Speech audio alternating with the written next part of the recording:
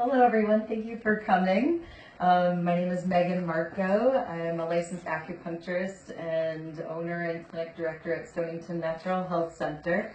And today we're going to talk about stress, what stress does to the body. We're going to talk about a way to alleviate stress with Qi Gong, some of the history of Qi Gong, and some simple exercises that you can do at work or whenever you think of it to help with stress relief and feeling bliss, which is ultimately our goal.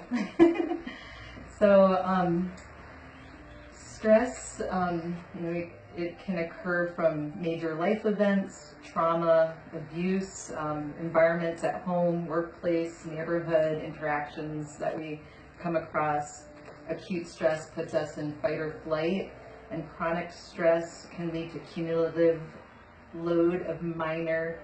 can be caused by the cumulative load of minor day-to-day stresses.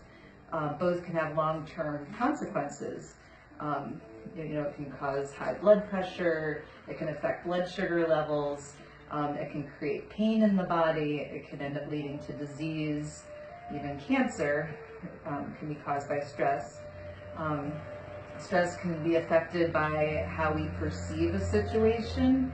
It can have genetic factors involved also, including just our own behavior and lifestyle choices, and how we adjust or habituate to repeated stress can also affect how our body reacts to stress.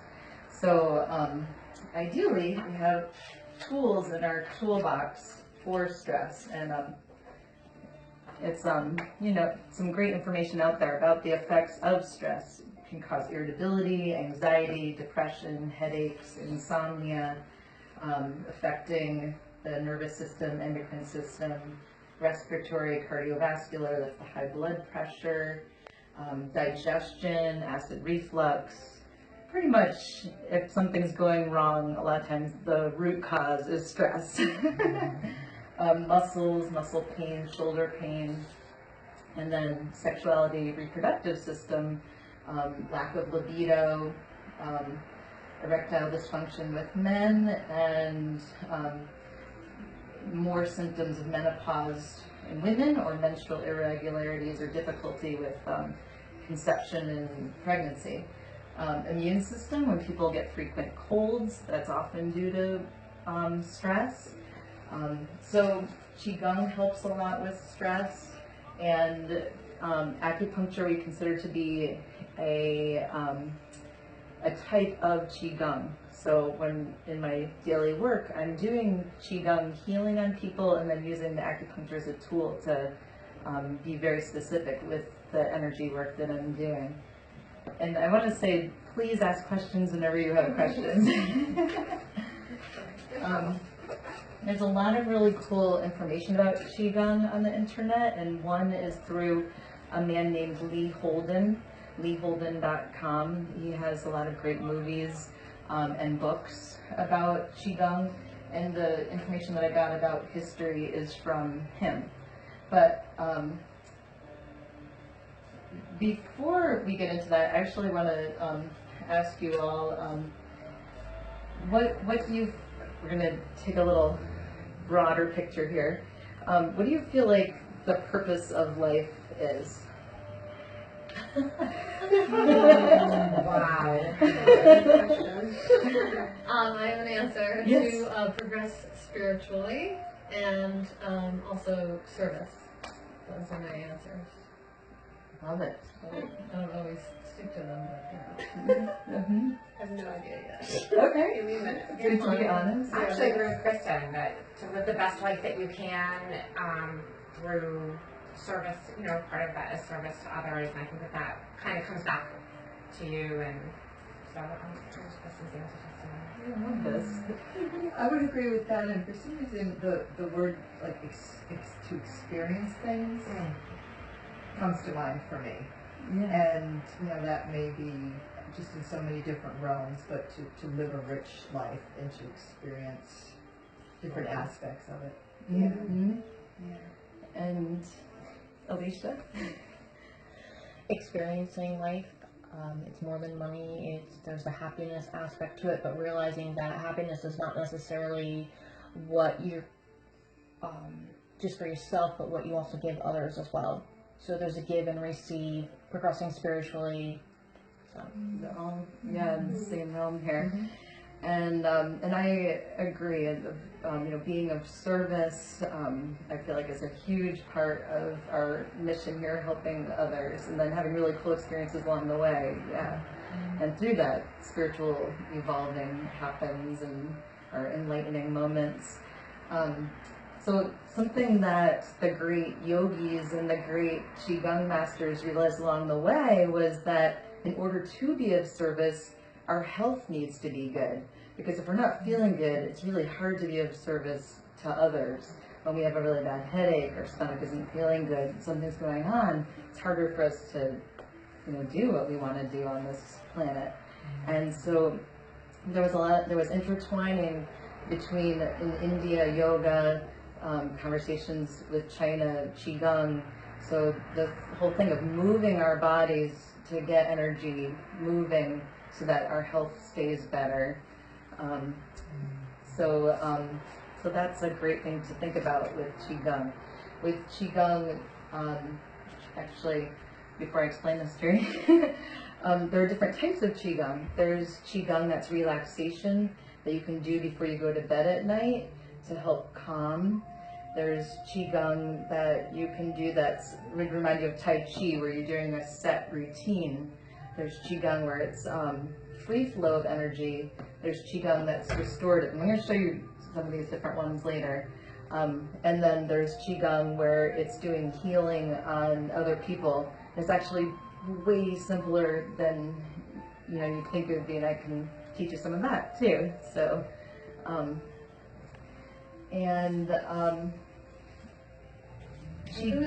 know it's probably going to be a little hotter, but I'm gonna close it because of the noise. for the noise, I was thinking like in your video, it's going to be all. Oh, okay. If anyone gets too hot, we can Trucks. open it. So Qigong they say it's over 5,000 years old, and I believe it's way older than that. I mean, humans have been on this planet for, I won't even get into it, but a very long time. And so 5,000 years ago, they found references from Chinese archaeologists and historians, and 2,500 years ago, it's in documented history. The first term that they used for it was Dao Yin. This was new to me, I did not know that. Before the 12th century, Qigong was called Dao Yin, which means leading and guiding the energy. I'm actually going to just turn this down a little bit here. Okay.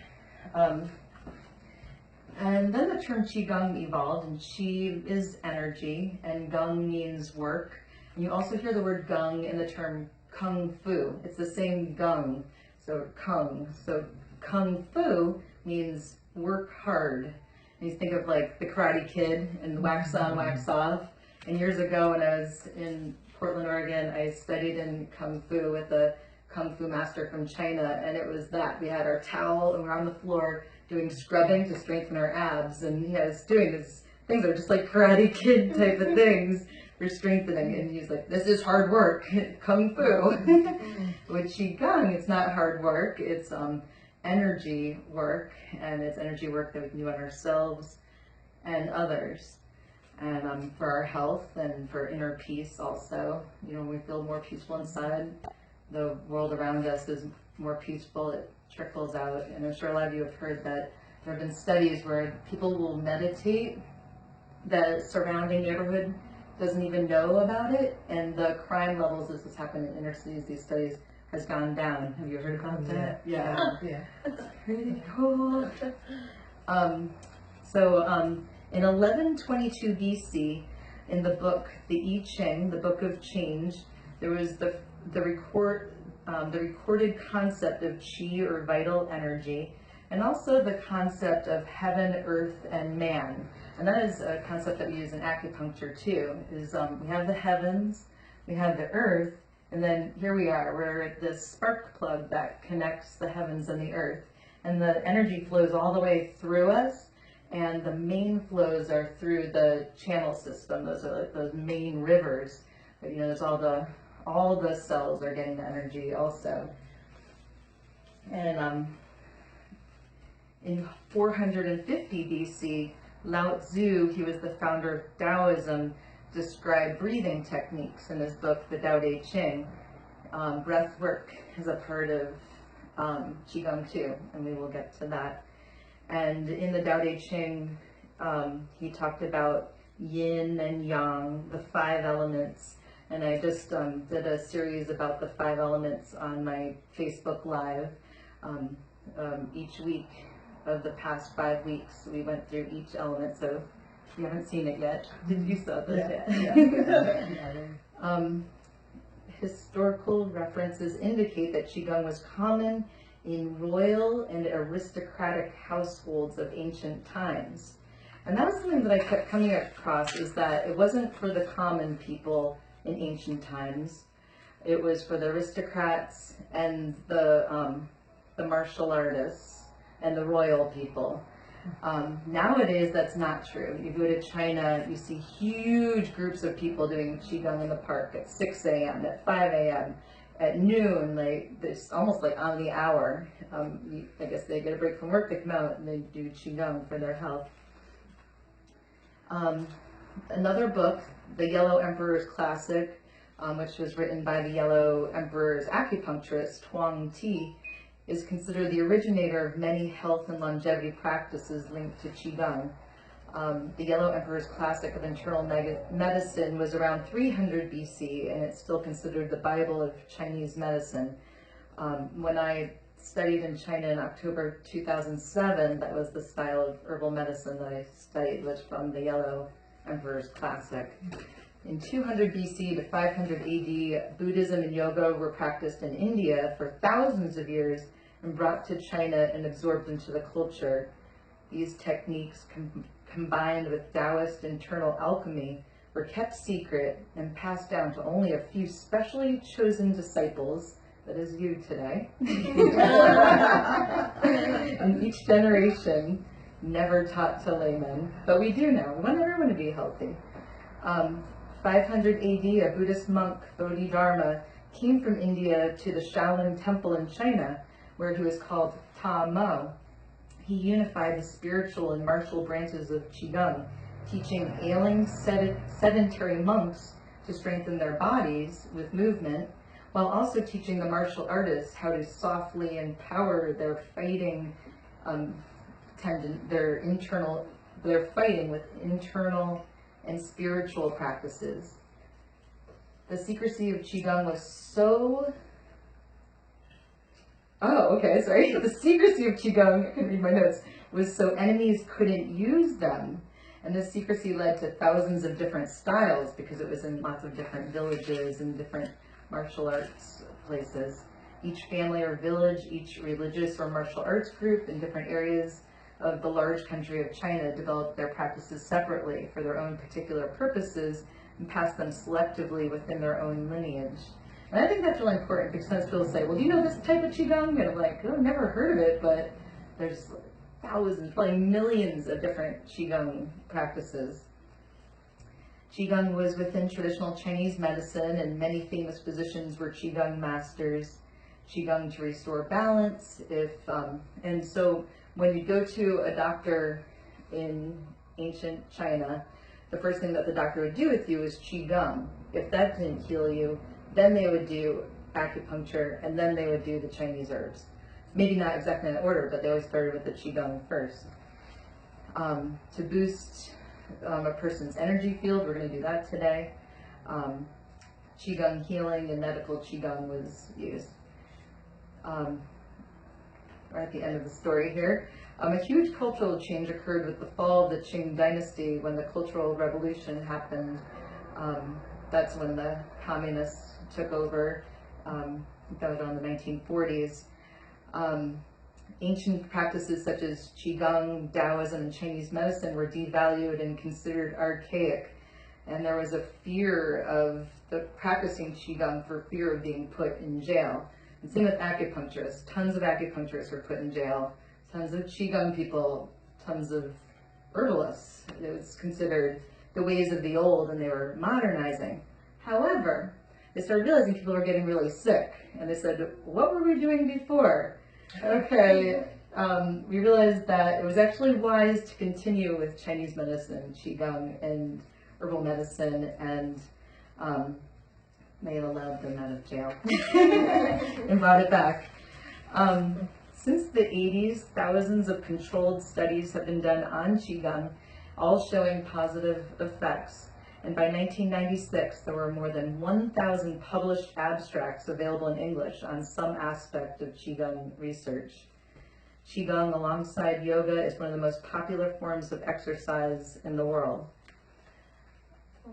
When I was in acupuncture school, it was a part of my training. I don't think all acupuncture schools do that, but at the Oregon College of Oriental Medicine, we were required to take 1 year of Qigong, and I ended up doing 2 years of Qigong there.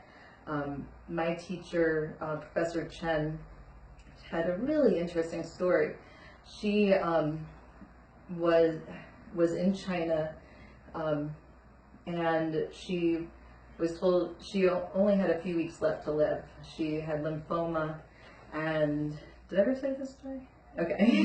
That's why I'm recognizing it. Yeah. She was there at the cancer hospital and totally depressed. And this man sat down next to her and he said, what's your story? And she told him, I only have a few weeks left to live. My story is very depressing. And he just started laughing. And she was like, why are you laughing at me? My story is sad. And he was like, you think, that all is not. And he's like, get up, go to this park, and I want you to start doing Qigong. And so she did. I mean, she had nothing to lose. So she got up at 6 a.m., got to the park, and at first she could only raise her arms like this much. She was in so much pain. And little by little, she started being able to do more and more and more. And eventually, she was able to do the techniques, and the cancer left her body. And so in Chinese medicine, we look at cancer as the epitome of stuck energy, whether it's from something emotional that originally created it, or a toxin, or whatever the cause, of virus. And I'm not saying that Qigong can heal everything, but it at least can help. And then her next step was she started going into cancer hospitals and doing Qigong healing on people. And she said the first step is you create an energetic buffer around you, which I think is just good for all of us to do, and we're going to do that in a moment, so that you're protected. And then when she would do the Qigong, she got so good at seeing the energy, she would see black smoke coming out of people as the cancer was leaving their body. Another Qi...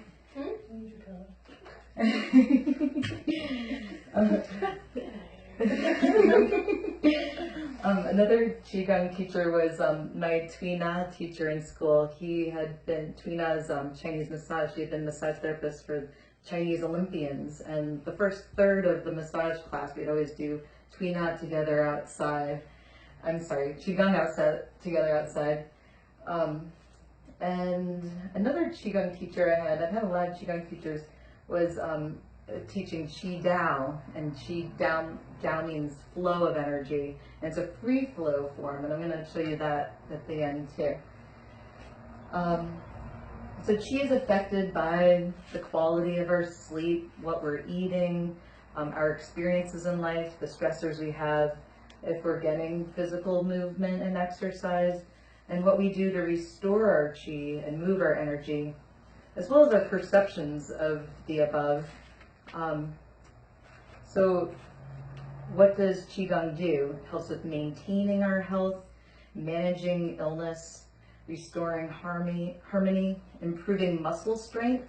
It's amazing how strong the muscles get through slow movements. So one of my Qigong teachers said, like, you're doing so little, yet the muscles get so strong. And extending longevity. Also, it was, used in martial arts. It also helps with attaining enlightenment, and the foundation of the techniques has to do with concentration and breathing. So we talked about the types of Qigong. We said breathing exercises, relaxation, restorative, Some of the ancient Qi Gong techniques were mimicking animals, being, you know, the crane and the monkey and different things like that. They move energy different ways through our body, doing healing on other people, and then Qi Gao. So the first one we're going to do today, you guys want to do some of these? Yeah. Okay. Quick question. Yeah. So, Qigong versus Tai Chi. Yes. Is the Qigong more energy focused than Tai Chi? I mean, I've done some Tai Chi, I've done a little bit of Qigong, but can you talk to that just for a second? Tai Chi it isn't recorded as being as old as Qigong, so I think there's definitely an overlap. Tai Chi very much has set routines. Like you never just see a free flow Tai Chi thing, unless someone's like a real master and they're making up their own thing. Yeah. That's the main difference I saw, because I've taken Tai Chi and another big aspect of Tai Chi, and there are Qigong exercises that do this too, but Tai Chi definitely has an aspect of, you see this a lot in Tai Chi, and it's because they really want to focus on crossing the two hemispheres of the brain with each other. And most of the time we're just doing something over here, or we're just doing something over here. We don't usually do that. Well, maybe playing a sport we might sometimes, but but it really does have a focus on that. Like a lot of, I think Tai Chi has a lot of like everything is going across that midline, where Qigong has a lot of like pulling energy in, like we're recharging batteries. Okay, good. That'd be my summary of it. And the first one we're going to do is for shaking off stress, like maybe something stressful phone call, or just not feeling good, or I don't know, someone came in and their anger, you kind of felt it on you afterwards or something. So this one you could do seated or standing, but here I'd encourage you to stand up since everyone has enough room for this. And it's just as easy as just shaking it off. You're like, just shake that energy off. You shake it off your legs. Get that energy off me. Okay. What comes to mind? You're back there. Shake it off. The forefront of my mind, and all of a sudden you popped away. Okay, now you can have a seat, and then we're going to do breathing. So, it's an interesting cultural thing. White people are known as shallow breathers in Hawaii. When the first white man came, their nickname for white people is the shallow breathers. Isn't it interesting?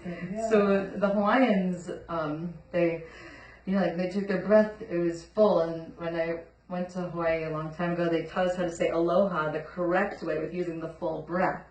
So I think it's really important as just people, no matter what our race is, to sometimes remind ourselves to breathe deeply. Because there's just a little shallow breath up here isn't so healing, but when you get the more full body, full belly breaths, that's when all the oxygen can come in. As well as the Qi Gong technique with it is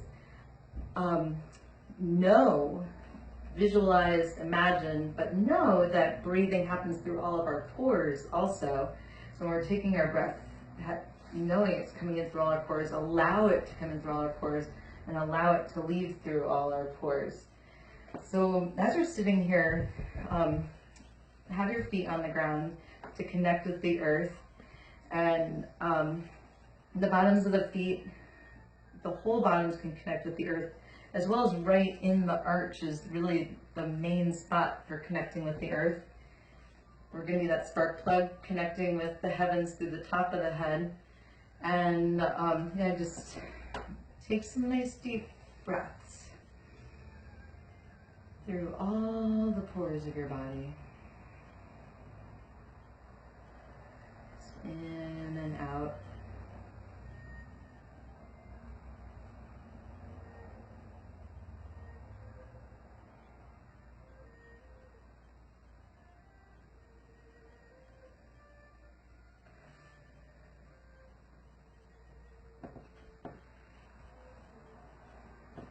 and I'm gonna add a fun thing to this.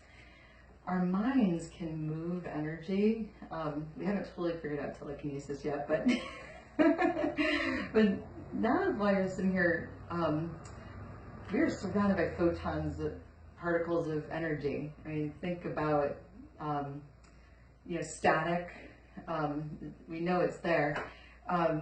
We can pull more to us and recharge us. And so with this one, actually, if you want to, you could put your hands kind of like in front of your belly like this. They say that kind of helps to send it into this lower energy center. Your baby's gonna feel good. And just imagine that you're pulling in particles of energy to your whole body. So with certain camera lenses, you can see the glow around someone. And when someone's sick or depressed, it'll be right up against them. But when someone's charged up, that field will be further out. And of course, that's the goal, because then that helps us to have more energy to do the things that we want to do in life and help people and have our cool experiences.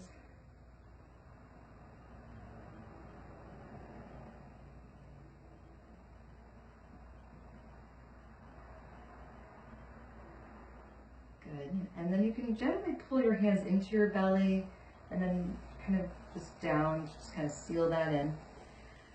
Next what we're going to do is for our necks, because we do a lot of things with our heads and necks, and we don't do a lot of stretching with our heads and necks. It feels like we do, but we really don't. So we're going to do a couple each direction, where you're going to inhale to the right, exhale to the left, and just go from right to left, and right to left, and right to left, and then we're going to do up, down, and up. Ooh, that was a good crack. Down, and up, down, and up, and down.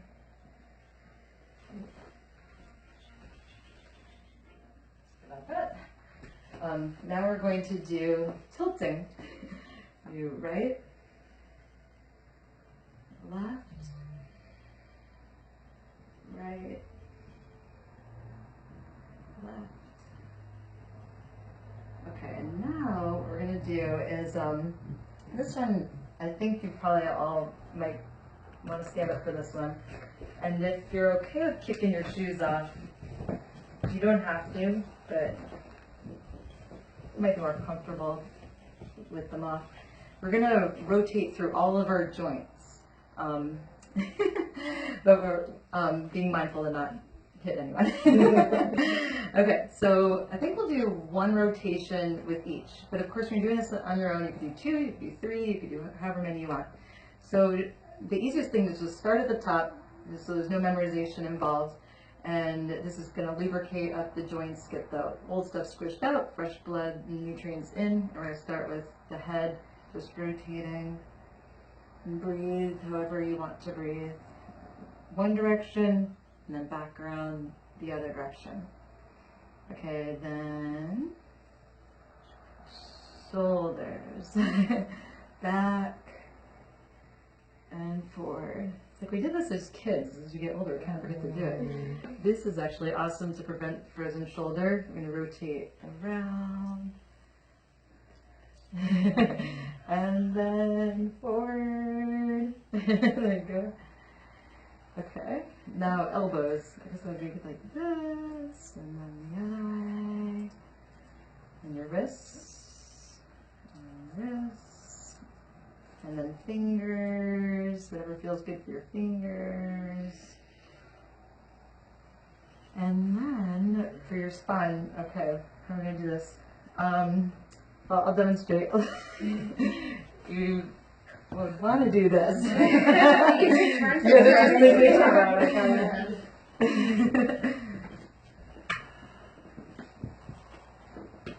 Oh my God, you're all at practice. Yes. one of the best ones of all. Okay. Next is the lower back, and for this, put your hands this way to support the lower back, and then it's kind of like a hula hoop. That's so good. And it's like we feel like we do this stuff, but we don't do this stuff, you know? Okay, next is for the knees, and it's kind of like doing the Charleston. You put your hands here to protect your knees, make contact with your knees, and pick a spot on the wall just for balance, and go around. Really good for the knees. That's a four, not my knees. Those are my knees. Then we'll do ankles. And this, yeah, this is Qi Gong. This is, you see the people in the park doing this stuff. And get your toes. Yeah, it's like really whatever you feel like your body needs too. And you can always go back to an area that you want to go back to.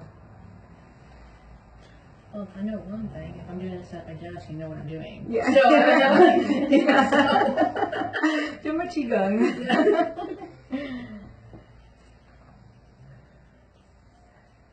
Okay. All right. Ooh, okay, and now we're going to do the Qi Dao that we were talking about. So like when we were sitting earlier, and we talked about the bottoms of the feet connecting with the earth and us being that spark plug, that's a big part of Qigong. It's actually pretty much how all Qigong exercises start. And before I forget, I want to say, like, you can have your entire life be Qigong.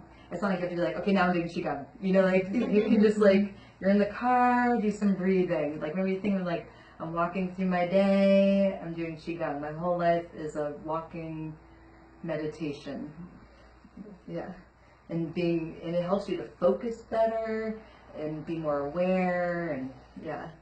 So this one is, so you're, okay, opening the bottoms of your feet, and this is that kidney one point. That's the main focus, but it's the whole feet, the top of the head. The energy is coming up through the body, and then it connects right between the shoulder blades. And in any Qigong class, they will always say to start the routine with that.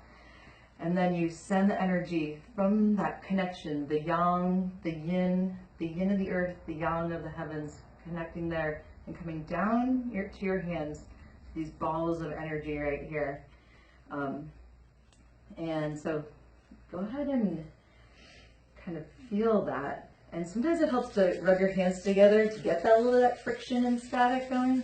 And like, you get like this kind of